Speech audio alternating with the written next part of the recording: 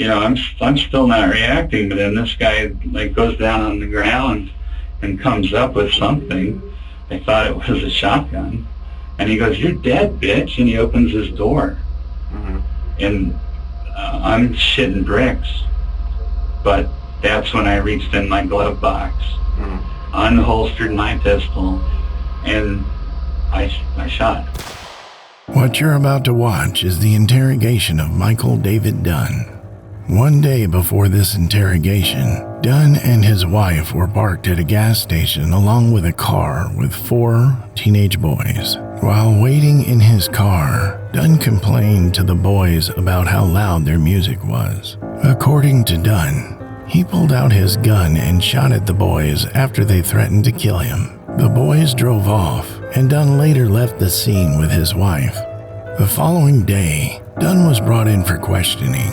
What were his motivations for opening fire? The answer might be more than just some loud music. Obviously, I just kind of want to talk to you about what occurred last night up in Jacksonville. But I'd like to kind of back up to, when did you come to Jacksonville? Thanksgiving Day. Thanksgiving Day, okay. And what was the reason you came to Jacksonville? My son was getting married on Friday. About how long do you stay there? I don't know, but we were on our way back to the hotel when we stopped at that store. Okay. And let me back up for a second, just back to today. Let me just so I can verify a couple. Are you you take any prescriptions or anything like that? Any kind of? I do, but it's anti-inflammatory for my lower back. Lower back pain. Okay. You never been diagnosed with any kind of mental health issues or anything like that? No, sir. Any alcohol or drugs today? No, sir. Okay, so you go to the wedding, and you guys are headed back to the hotel. Do you remember the route you were coming? Do you know the name of the roads that you're on, or? On my phone. You just follow the directions on the phone? Okay. And you decided 95, get off on wherever to 95 up to probably Bay Meadows. That sounds familiar. And then hang a left on South Side, I think, or you keep going on Bay Meadows. I'm trying to remember. I think we whatever road we were on, we went straight until we turned down to Deerfield. Okay. The investigators are starting by asking Dunn some questions about the night of the incident. Of course, they don't need to know the roads Dunn took to get home, but they're trying to loosen up Dunn's memory by getting him to recall details around that time. This will make it more likely that Dunn will remember details from the incident. So you pull into the gas station. Just tell me from your point of view, what you guys pull up. You're driving, it's your car, is that correct? Yes, sir. Okay, and you're driving? Yes, sir. Okay, it's a Volkswagen, correct? Yes, sir. Okay. She's sitting in the passenger seat, no one else in the car with you, correct? Correct. Okay. Just kind of walk me through kind of what happened at that point. Well, I'm embarrassed to say this, but got out. She's in the store, and there's like a SUV next to us, and then the music starts. Mm-hmm. And I roll down my window, and I thought I was polite. I asked them nicely. I didn't demand. I didn't. Mm-hmm. Or else I said, "Hey, would you guys mind turning that down?" And they shut it off. Mm-hmm. I was like, "Thank you." Mm-hmm. Cordial. Everything's cordial. I put my window back up. I'm doing my stuff, and I don't know how many kids are in that, but mm-hmm. the windows are down for the back seat. The mm-hmm. windows are up for the front seat. Okay. And the guy that was in the back is getting really agitated. And my window's up. I can't hear everything he's saying, but there's a lot of fuck him and fuck that and fuck that bitch. And then the music comes back on. And, I'm just like, live and let live, and don't need any trouble. And I don't know if they're singing or what, but it's like they're saying, "Kill him."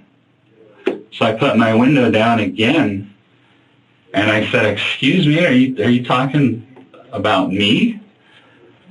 And it was like, "Kill that bitch." And I'm still not reacting, but then this guy like goes down on the ground and comes up with something. they thought it was a shotgun. And he goes, "You're dead, bitch." And he opens his door. Mm-hmm. And I'm shitting bricks. But that's when I reached in my glove box, unholstered my pistol. I mean, I practice this. I'm at the Fort Malabar rifle and pistol range. I'm an avid, gun guy and all that. No military training or anything, but I have friends who are in the military that show me the proper way. Yes, and so quicker than a flash, I had a round chambered in it, and I shot. Okay. Do you remember how many times you shot? 4. Okay. Okay, just keep walking me through kind of what you remember. I shot 4 times, and that SUV pulled out, and like I said, in my mind, they got a gun. And so, not training, just from, I was still scared. Mm-hmm. And so I shot 4 more times as they were fleeing. As they were fleeing?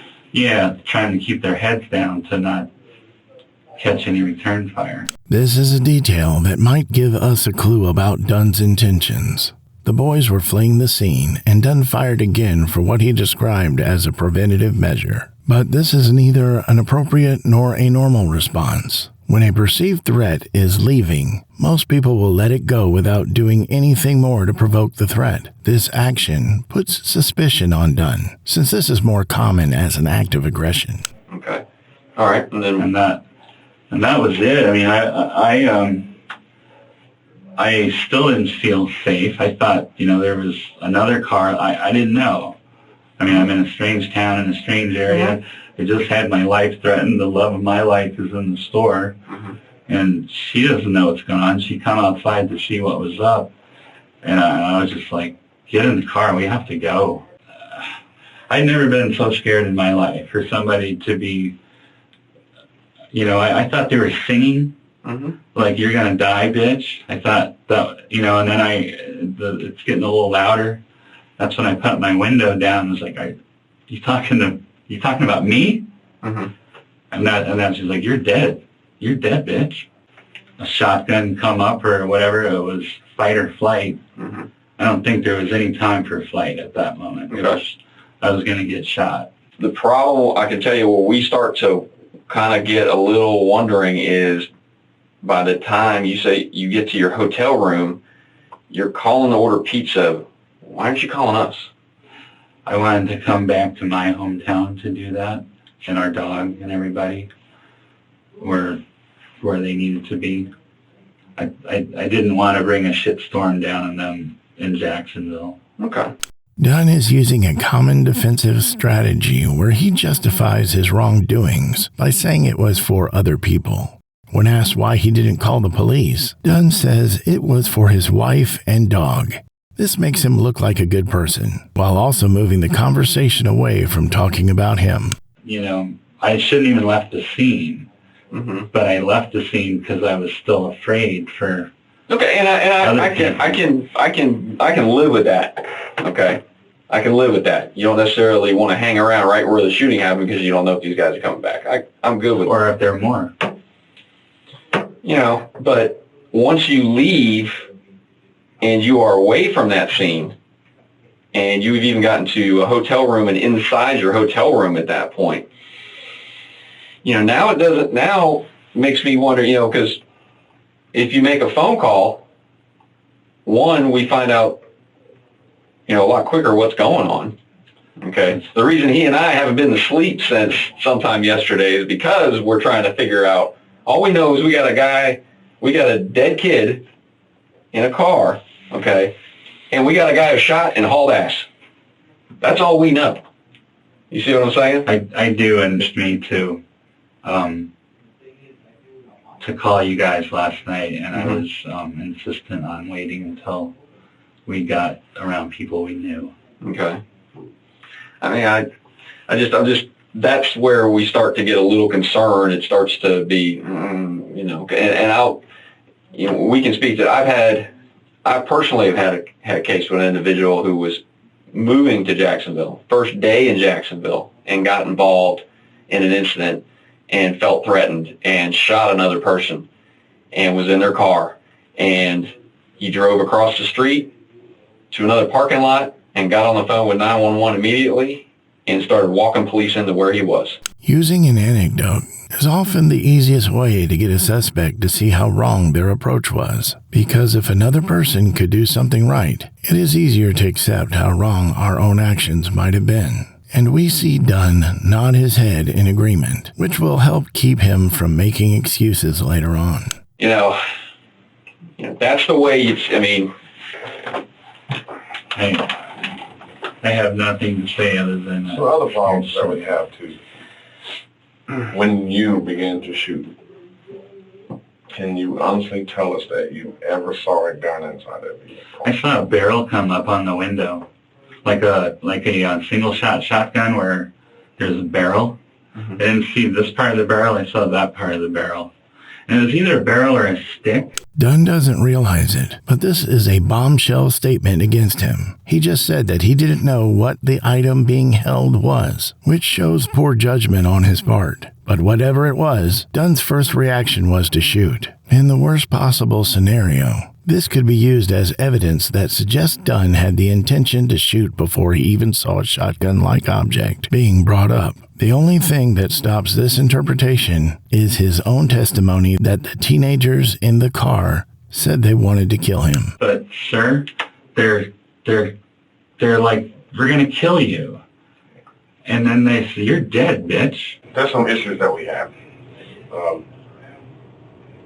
I'll be the first to tell you there's no weapons in the car. I don't know what you saw. That's possible. When they drove off, they dumped it. They never left the parking lot. Yeah, they drove out, circled right back around, and came right back to that spot.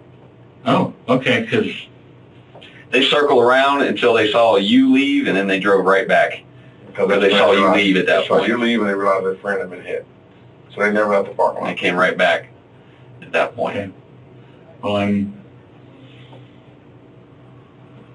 I don't know what to tell you. Dunn doesn't seem to show much sympathy during this interrogation. He killed a boy and just found out there wasn't any weapon in their car.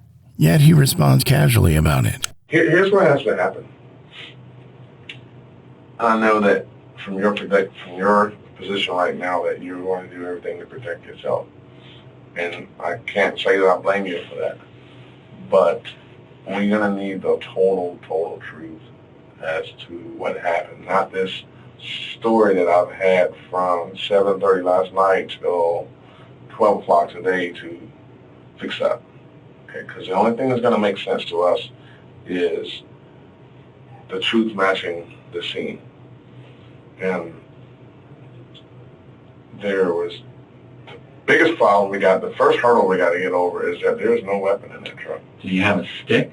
The second problem we have is that the last set of rounds when the truck is backing away from you, and you put 4 more sets in it, 4 more shots into it. That's an issue. Because now if it's backing away, it's no longer a threat. Yes, sir. I understand that. In my mind, they had a weapon. Okay. I can't shoot someone because in my mind they had a weapon. Now, let me ask you this: how were you when you pulled your gun out? Say you're sitting in your driver's seat like that, straight ahead. How did you shoot? Did you shoot one-handed? Did you shoot two-handed? Two-handed, like Two-handed, like this. You come across your body.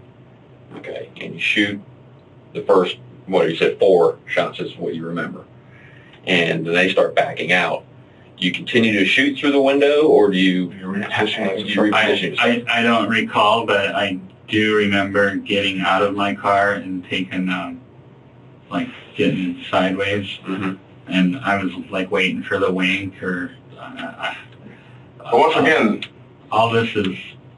Okay. Once again, if you think they have something, think they have a shotgun. They had a shotgun. You think they have a shotgun. You're going to get out of your car so they can get a good aim on you? Well, I thought maybe they would shoot at the car and I wouldn't be in it. But your car's not shooting at them.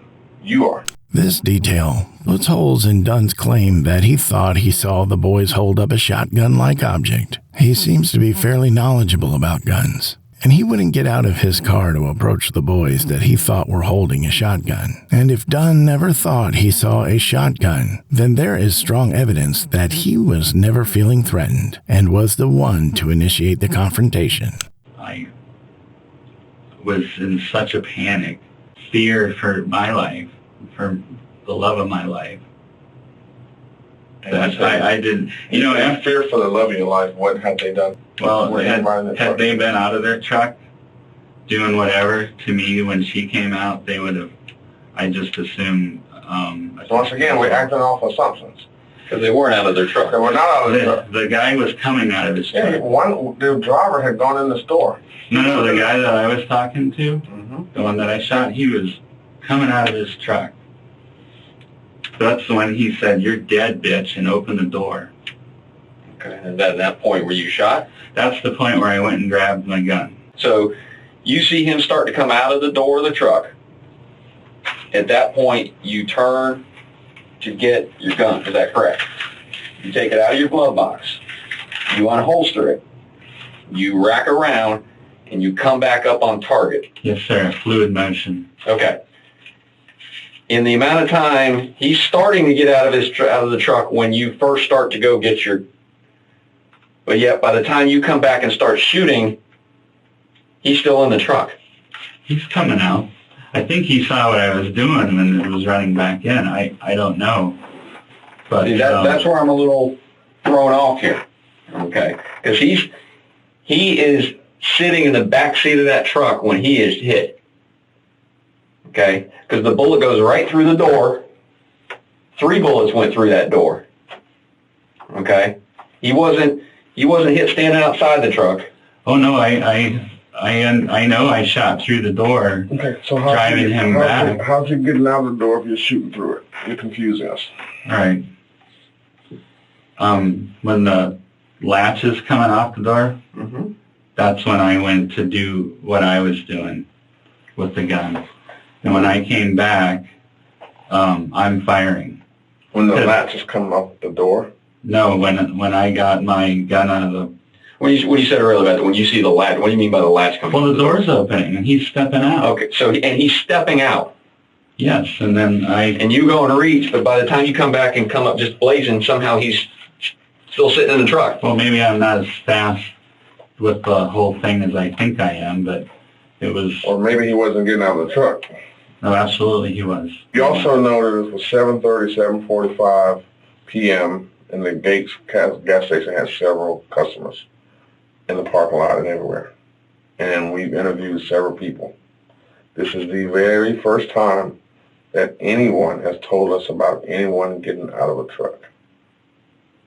And here's where I would have a question too is, the investigators have finally brought up their evidence after locking Dunn into his story that he saw the boy open his door to approach him. Not only that, they made sure the boy opening the door was an integral part of Dunn's testimony for why he was motivated to shoot. This puts Dunn in the worst possible position after being caught in his lie. We can even see from the way Dunn opens his hands that he knows he was caught in his lie. You're saying you feel like you have a threat that this guy's got a shotgun in your view. Okay, so you think he's getting out of the car. Okay, so you turn to get yours. If he's unarmed, which he is, why is he going to be... I don't know. Maybe he thinks I'm unarmed. The sad fact of it is he's telling me he's going to kill me. You're dead, bitch. Dunn is now trying to garner sympathy, calling it sad how he was threatened by the boys. It's clear from this that Dunn does not care at all about how he took someone else's life. He has shown himself to be very self-centered, only wanting to get himself out of this situation. Have you asked him to turn the radio down? See, that's the part where I don't understand. And you know what? And I'll tell you... You're getting really agitated.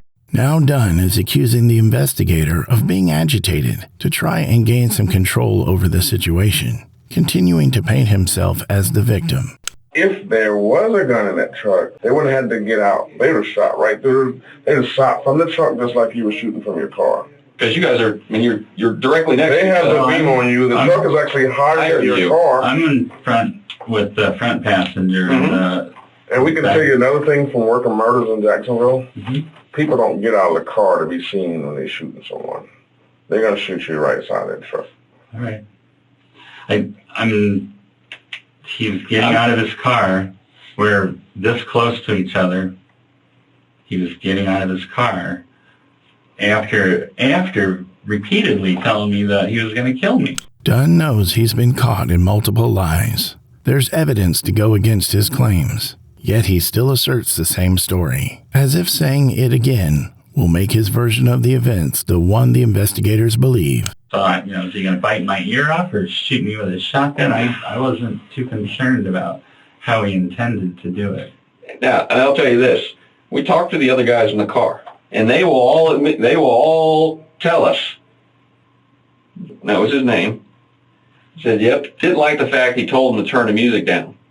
He wasn't happy about that. He didn't like the fact that some stranger is telling him to turn his music down. He's 17, he's a teenager. Okay? You know what teenagers are. They're a little hard-headed sometimes, especially when they're out on their own. And did he throw some F-bombs at you? Basically tell you to go fuck yourself multiple times? Absolutely. They said, yep, he was jaw-jacking back and forth with that guy. But at no time did any of them say, well, okay, he did say he was going to kill him. Because it makes no sense, because what's he going to do? He's not armed. What's he going to, I'm going to kill you and get out of a car. And we're talking about a kid. You know how many times that kid's been to jail? Never. He has no history of violence, and it's not like we're getting some street thug. All this kid has is a truancy in school. We're not talking about a violent kid here. He has no track record. There are guys in Jacksonville who I'd go, okay, I believe that, because they got track records. This kid ain't got no track record. The problem is you went from 0 to 100 without ever getting to 50. I have a guy very irate saying he wants me dead. Well, if the other guys aren't corroborating, I'm sorry, but that's what he's understand saying. too, there's people in the parking lot that can hear what's going on too. Not one of them. We have what's called independent witnesses. Yeah, not associated. I understand. I wasn't sure that I heard him right. That's why are you, is this directed towards me? You're going to kill me? And that happens to be an exact quote. And now, presented with too many facts that go against his claim, Dunn tries to change his story to say that he only thought he heard the boy say he was going to kill him. This turns his hard claim into a passive one, that because Dunn thought that's what he heard, he can be justified in shooting the boy. Are you talking to me? That was an exact quote. Guys with the truck said. He said something to the effect of, are you talking to me? Yeah, so that's dead on. Yeah, he was talking to you. He's basically telling you to go fuck yourself, and I'm going to turn the music back up. Yeah, no, the music was already up, and he's talking, kill the guy. I just can't understand, if the music is up to the point where you ask them to turn it down, how can you also hear the conversation that they're having? It does not make any sense. He's livid. He's not talking. He's yelling. And my window's up and I can hear him. I'm not making out all the words. But then I hear, kill that son of a bitch, or kill that motherfucker, I think is what he was saying. How do you know it was him saying it? Well, when I put the window down and I asked him, he said the same thing. Yeah, kill him, motherfucker. And then when he was opening his door, that's when he said, you're dead, bitch. And, when you say he didn't have a weapon, he's on the ground, and you put something up on the thing and then gets out. I thought it was a shotgun. Or a stick, or, some kind of weapon, but he's confrontational and using words like, I'm going to kill you and you're dead. I didn't analyze all these things. I got the shit scared out of me. Oh, no. And some guy's coming at me.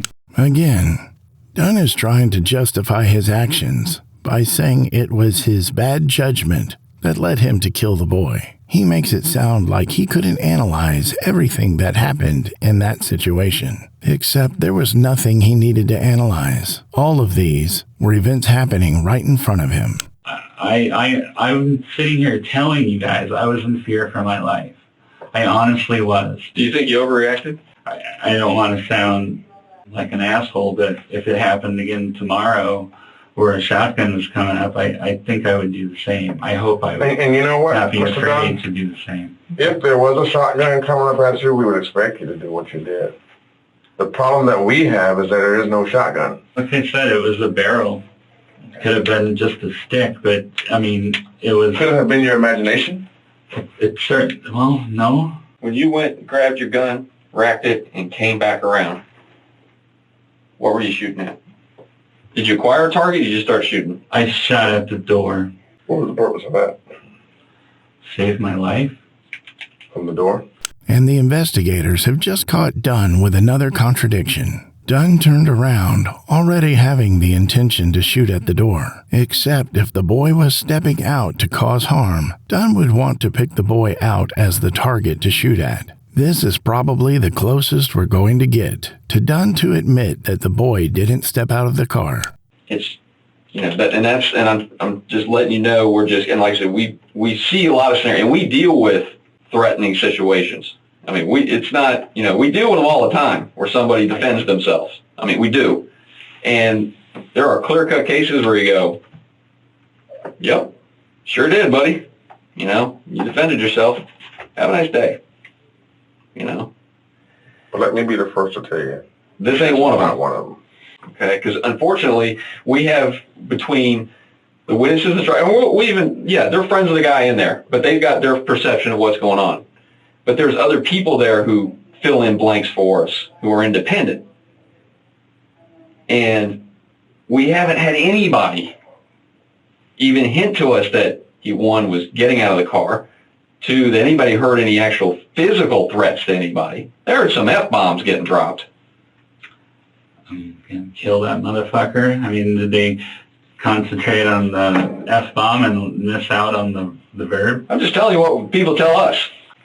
I'm not feeling so hot now that you guys are... Unfortunately, we have that effect sometimes. Well, I don't mean sick. I mean, I actually am starting to be sick to my stomach. I don't know how I can express to you guys that I was in fear for my life. Again, we see Dunn trying to put blame on the investigators, talking about how they are making him feel in this situation. I've never been so scared in my whole life. I've been mad and my hands shake, but I was so afraid that I didn't have time to think. I only reacted, and I don't know how to... Dunn has no facts to rely on. There was no gun. The boy didn't open the door, and witnesses have disproven everything he's claimed. The only thing he can leverage in this situation is how he felt, and so that's the detail he has to push to try and protect himself. You tell me that's what you're feeling, okay? I take what you're telling me. But I also have to go with what the physical evidence of the scene tells me and what other people tell me, because they interpret things differently also, okay? Just real quick, a couple things to clear up with you. What I would like to do is just part of doing a thorough investigation that we do. I would like to get possession of that firearm. Michael David Dunn was later found guilty of one charge of first-degree murder, as well as 3 charges of attempted murder, one for each of the other boys in the vehicle. He was never threatened and had the intention to shoot at and kill the boys out of his own free will. Dunn is currently serving a life sentence with no chance of parole. Dunn's attack was also found to be racially motivated. The attack was clearly targeted at the boys because they were African American. And according to Dunn's wife, he said, "I hate that thug music," a term that is often racially targeted. This incident was used in discussions as a prime example of how young black men are attacked without just cause in the United States.